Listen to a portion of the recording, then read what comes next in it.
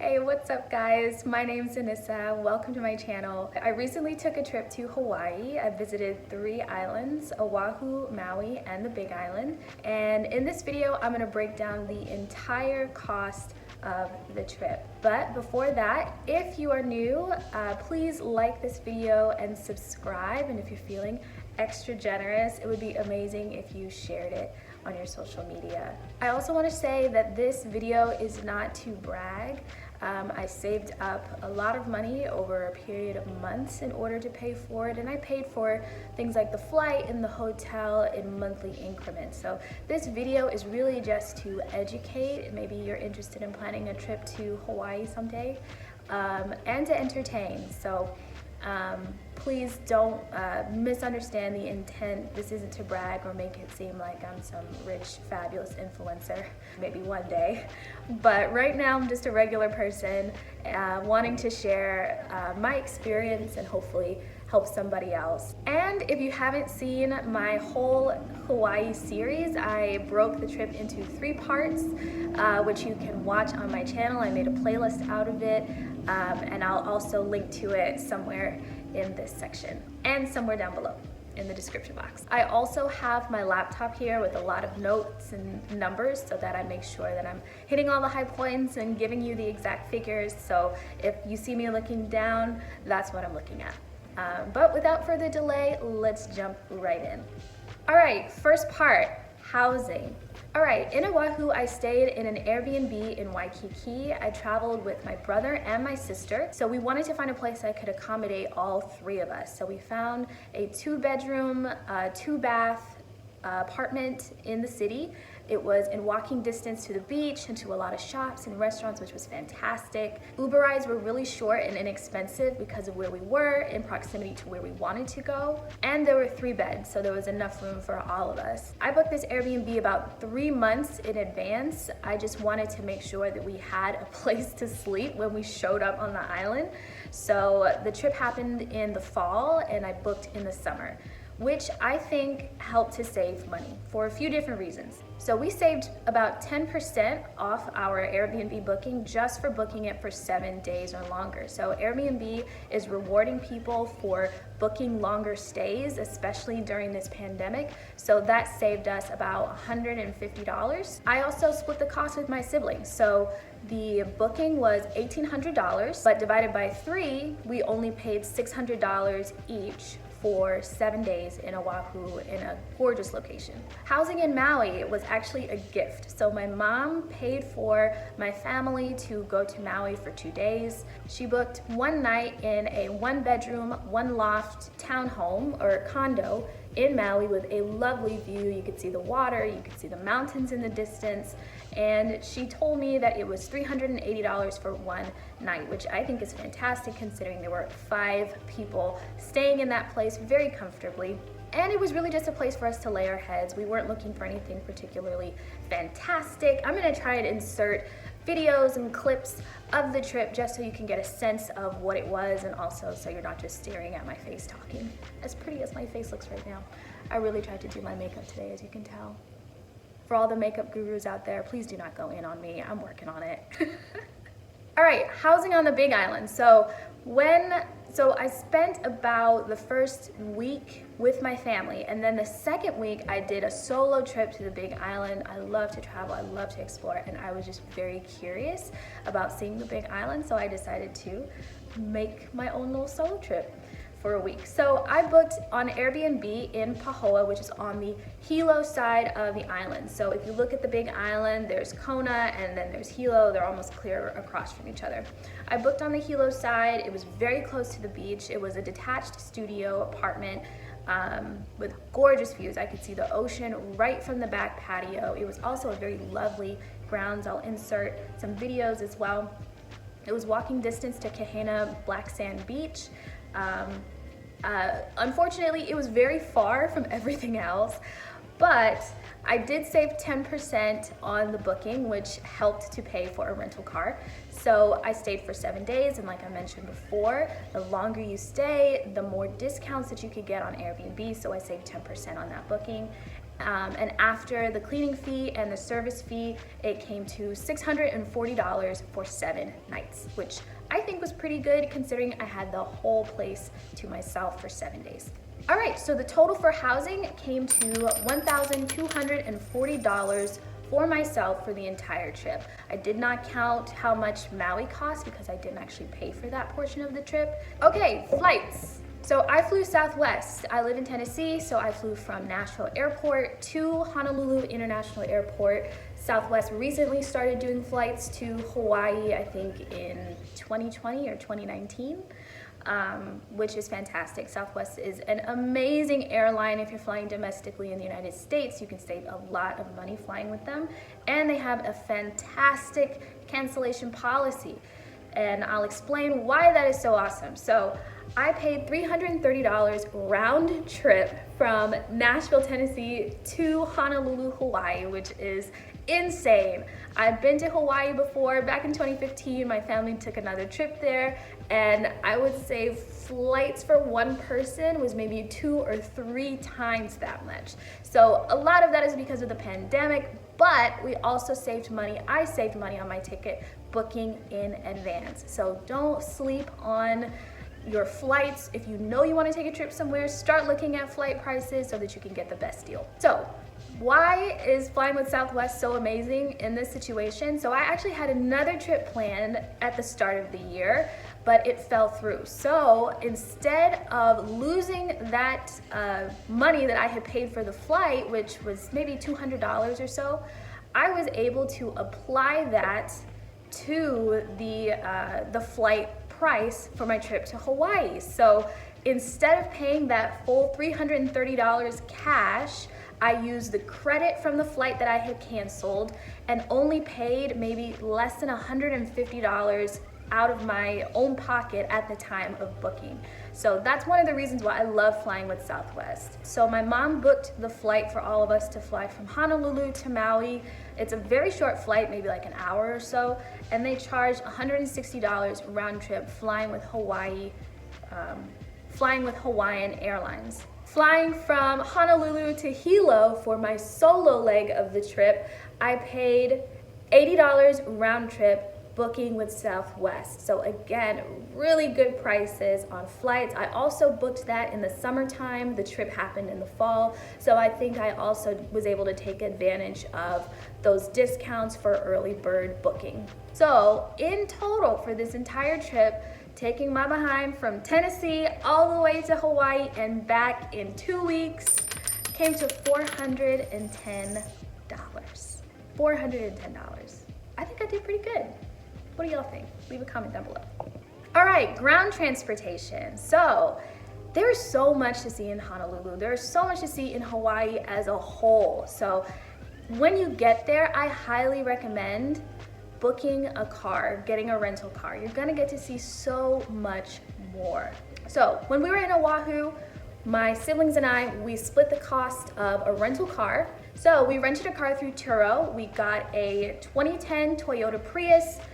We paid $300 total, which came to $100 per person. If you have never heard of Turo before, it is a fantastic way to book a rental car. Back in the day, booking a rental car, you either went through the airline service, or you went through the airport, or you went through one of the big box rental car companies like Enterprise, and you would be paying a lot of money. Turo is like the Airbnb of car rental services, where there are regular people out there who have extra cars, extra vehicles, that instead of just having them sit in their driveways, they rent them to visitors, they rent them to people for way lower than you would find at a regular rental car service. So we picked up the car with a full tank of gas. We got 1,500 miles for free, included in the cost of the rental service. I think we got insurance with that. And it was fantastic. There were no problems. The car was fuel efficient, which is very important when you are in Hawaii, and I'll explain why in a moment. We drove all over the island for 1 week on 1 tank of gas, and this is the island of Oahu. And we went to a lot of different locations on different parts of the coast. So $300 for that trip, which came to $100 out of my pocket to pay for ground transportation in Oahu. All right, parking. So in Oahu, we rented the car, but we had to pay to park the car at the hotel. I didn't realize that this was going to be an added cost until after I had booked the hotel. So it came to about $270 to park my one car for 7 days at this hotel, which came to about $90 per person. So I paid $90 for parking. In Maui, we drove the road to Hana, which I highly recommend. So my mom knew that this is something that we wanted to do as a family, so she booked a rental car. She didn't use Turo, she used one of the big box rental car services. She tried to book a minivan. Because there were gonna be 5 people. She wanted to make sure there was enough space. I don't know what happened, but we wound up with a Jeep. But I tell you, God is real, because we needed that Jeep. The road to Hana is something else, and I'll talk to you about that more when I break down the cost of activities, because we spent pretty much the whole day there on our first day in Maui. It came with a full tank of gas. I think we also got insurance on it, and it was a fantastic car. My brother liked it so much that he said he started thinking about getting a Jeep. It was lovely. She paid $270 to rent the Jeep for 2 days. All right, on the Big Island. How much did I pay for a rental car? So I used Turo again. We had such a good experience. I trusted the company, and I needed a car. I knew I would need a car on the Big Island. I just did a little bit of research. The Big Island is a lot more rural than Oahu. So services like Uber exist, but it's a lot easier and a lot less expensive if you use a rental car or some car of your own. Besides, some major cities are clear across the island from each other, and I knew that I wanted to see both. So even though I was staying on the Hilo side, I knew I also wanted to visit the Kona side, which was gonna require a car. So I rented a 2021 Chevy Spark on Turo. It's a cute little car, very fuel efficient. I paid $470 for 7 days of renting the vehicle. Pickup was so easy. All I had to do was tell the guy where I wanted to pick it up. He brought it to the airport for me. I just got off the plane, went to the car, followed the instructions to get in, and it was done. No problem, no paperwork to sign, easy, easy peasy. It came with 1,600 miles included in the cost of the car. I did not get insurance, living on the edge. But it was a perfect little car. It fit in all the little parking spaces in Hawaii. It was fantastic on gas, which is great. All right, Ubers. So we did take a couple of Ubers in Oahu. I think the price of Ubers in total came to maybe less than $30 total. These are like short 8-minute or $8 drives here and there for when we didn't want to take the car, we didn't want to bother with parking, because there are some places where if you bring the car, you're going to be circling the block for a little while because there is just such a popular area. There's not a lot of open parking spaces. So for Ubers, we booked about 3 of them total, and it cost about $30 total, but we would split the cost here and there. All right, gas. So if you're using a rental car, you're gonna need to consider this. Even though the tanks come full, I had to fill up when I was on the Big Island several times. So if you think gas prices are high on the mainland right now, you have not seen gas prices in Hawaii.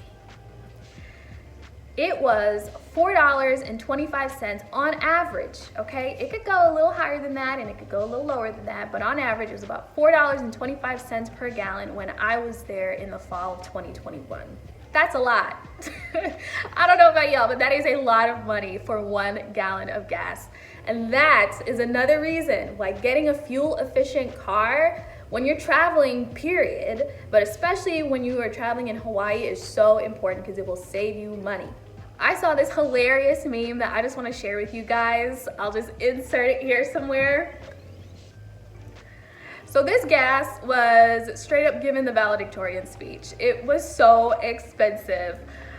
Fortunately, like I said, cars were fuel efficient and small. I filled up about 4 times on the Big Island.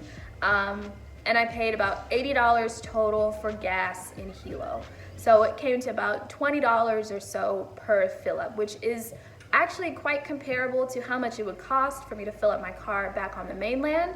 My personal used car, which is a sedan, it would take about that much to fill it up. I also paid $10 for a car wash before I returned the car. I did a lot of outdoor activities. I went to the beach, I went hiking, and so I didn't want to return the car in a terrible state and get charged. So I just spent $10 to get it tidied up a little bit before I turned it in. So grand transportation total was about $780. All right, activities, fun parts. So in Oahu, we booked a Go Pass, or a Go City Pass. Go City is a discount travel program. You can find them in about 25 cities all around the world. You just purchase a pass for a certain number of days. This is how it works. So you can purchase a pass for 1 day, 2 days, 3 days, 5 days, and you have access to as many of their activities as you can fit in that period of days.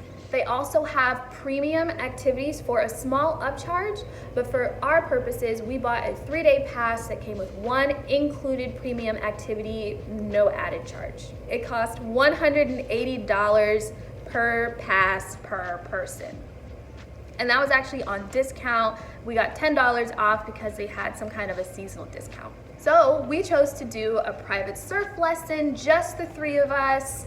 We chose to go to the Polynesian Cultural Center, which I highly recommend. If you love culture, if that's one of the things that excites you about travel, I highly recommend the Polynesian Cultural Center. It's also a great cause because they give scholarships to the students who work there. And we did a sunset catamaran tour. Nothing disappointed. They were all fantastic activities. We caught some waves on our surf lesson. We even saw a sea turtle. It just came up and said hi, and it was so sweet. The catamaran tour, though, was my favorite. The views of the city line were just fantastic. Watching the sunset over the water. I hadn't really been on a boat like that before, so it was a new experience for me. No regrets whatsoever, and I highly recommend it if you ever do decide to get a Go Pass. If you go to Oahu, I definitely recommend it. But I did make a little mistake when I booked Go Pass. So I accidentally chose 2 premium activities instead of just 1. That's the surf lesson as well as a catamaran tour. However, it really didn't turn out to be a big deal. They just charged us an extra $20 for the catamaran tour in order for us to participate in the unlimited guest service. So still worth it. I also have a referral link down below. I'm not sponsored by Go City, but I do love telling people about things that have worked well for me, and I think it's a fantastic service, and I'll definitely be using it again. So if you do use that link down below, it will save you a little bit of money on a pass, I think of 4 days or more, if that's how you book. You don't have to book that many days, and if you use that link, it'll also save me on future passes. So feel free to use that. So other than the Go City Pass in Oahu, we just took advantage of all the free activities. I mean, Hawaii is an island. There's beaches everywhere. Free beaches for you to attend. Lots of free hiking, sightseeing, walking around the town. You really don't have to spend a lot of money in Oahu. Say you're on a really tight budget, but you still want to explore the island. Lots of free things to do. While we were on the island, I also organized for my family to get our photos taken. So I used Snapper, which is a service where you can book a location and they will match you with a photographer in that area. And so it was very easy to use. I booked ahead of time. It cost about $200. It was going to be $150 for 1 hour, and then they charged me a $50 fee because the location that I wanted was a little bit further of a drive for this photographer.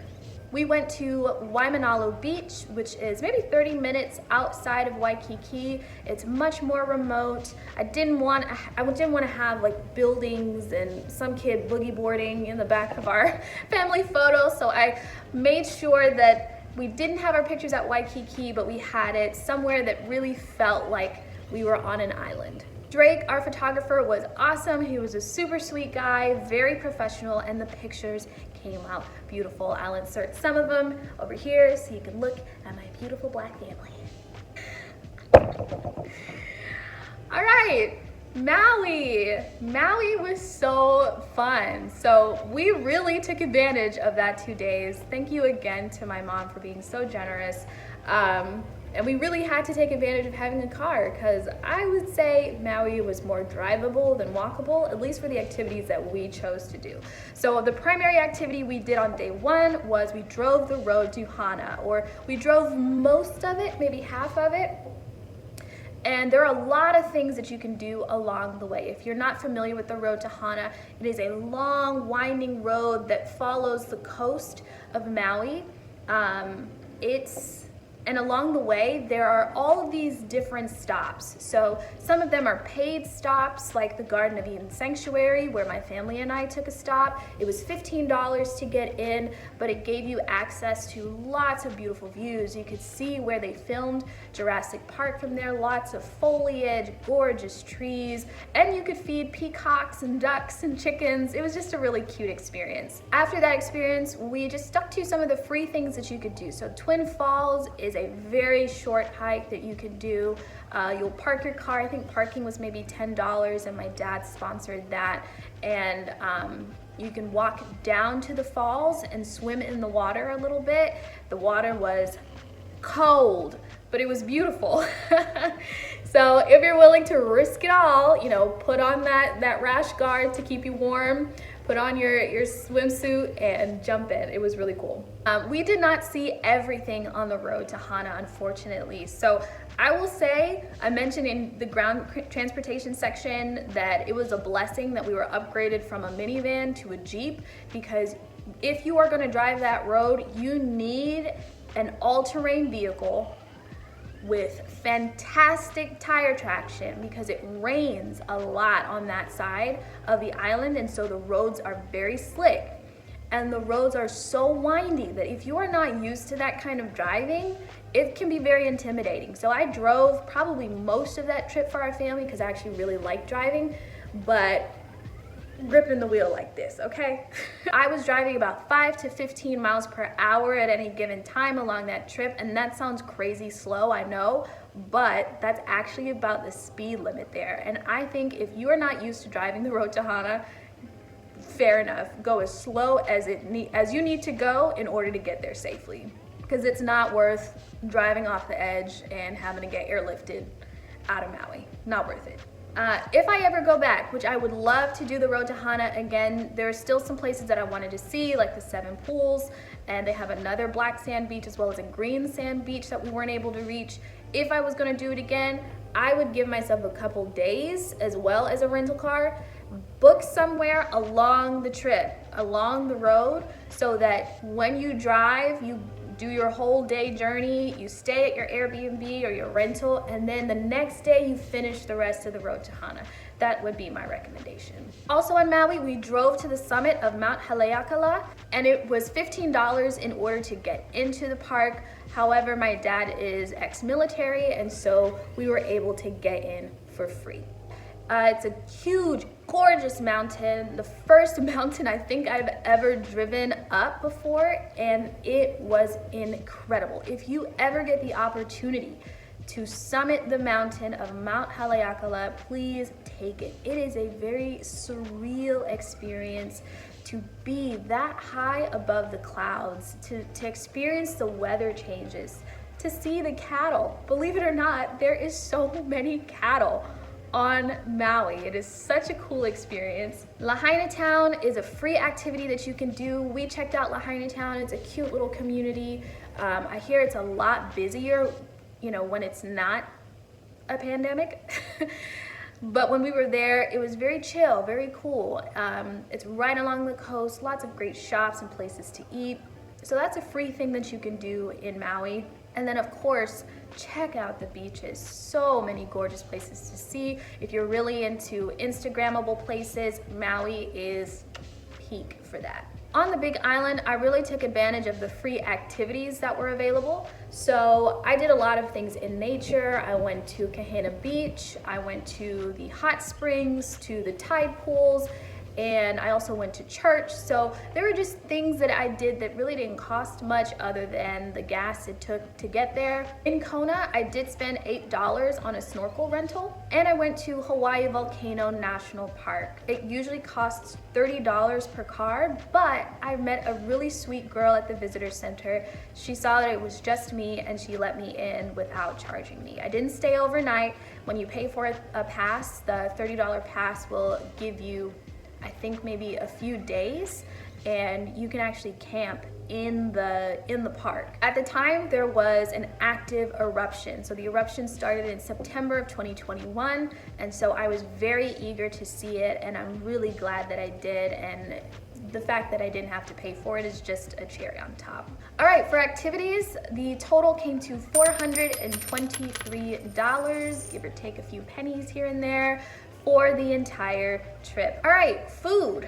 When I got to Oahu, we bought groceries. So our Airbnb had a kitchenette inside. Everyone bought their own groceries. I spent about $60 total on groceries. So that's in Oahu, and I also bought groceries when I got to the Big Island.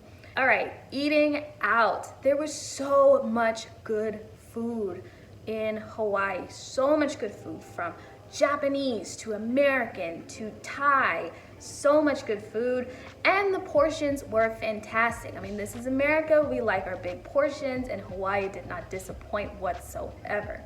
We went to food trucks, sit-down restaurants, even stands by the side of the road. Everything was delicious. Nobody got sick. We just had a good time. In total, I went through my receipts. I paid about $450 on eating out for that 2-week trip. All right, so in total, I spent $510 on food. That's groceries and eating out. Souvenirs. So I'm not really a big souvenir person. Photos and videos, just the memories, are really what I want to bring home. But from time to time, I go to a place that really specializes in something that I want. Say, coffee. I went to Kona and picked up some 100% Kona coffee, and I paid $32 for that. And I spent about $25 on locally made gifts for friends back home. So in total, I spent $57 on souvenirs. All right, we are at the end, and the grand total for the whole trip, 2 weeks in Hawaii, going to Oahu, Maui, and the Big Island, came to $3,390. Yes, that is how much I spent, give or take a few pennies, on this entire 2-week trip. In this calculation, I did not include the cost for hotel or flight to Maui because my mom paid for those things. So this comes to about $226 a day, which I don't think is terrible considering I spent 15 days in Hawaii, which is arguably one of the most expensive places in the United States to vacation. So I saved money on flights and hotel by booking early, and for booking longer stays, using airlines that had very flexible cancellation policies. Ways I could have saved money on this trip: just preparing for this video and doing my calculations. I think I could have saved money finding a hotel that already had parking included. So I spent about $90 cash extra on top of what I paid to book my Airbnb, just so that we could park the car at the hotel. I also potentially could have saved money by buying more groceries versus eating out. However, I don't really regret doing it the way that I did. I ate very well. I'm very happy with the way I did it, but that's potentially another way that I could have saved money. And I probably could have saved money choosing cheaper car rentals. However, I mean, you kind of get what you pay for. So even though I may have chosen a cheaper car rental to save money, I may have suffered in quality. So once again, I don't really regret it, but that is a way that I could have saved more money. What are some ways that you think I could have saved some more money just based on what I've shared with you today? Feel free to leave them in the comments down below. I'm a traveler. I'm always open to learning. People have lots and lots of travel hacks out there that I don't know about, so I would love to learn from you guys. So tell me what you think. All right, well, that is all for this video. I really hope that you enjoyed it. I hope you learned something. I hope you were entertained. If you have not already, please like this video and subscribe to my channel for more content like this. I love to travel, and it's something that I hope I can share more of with you guys. Again, I have the full playlist for my trip to Hawaii linked in the description box below, so feel free to check that out. I take you from Oahu to Maui to the Big Island with me. You can also head over to my Instagram account to see some of the photos from the trip. And with that said, thank you again for watching. I hope you have a blessed day, and I'll see you in the next video.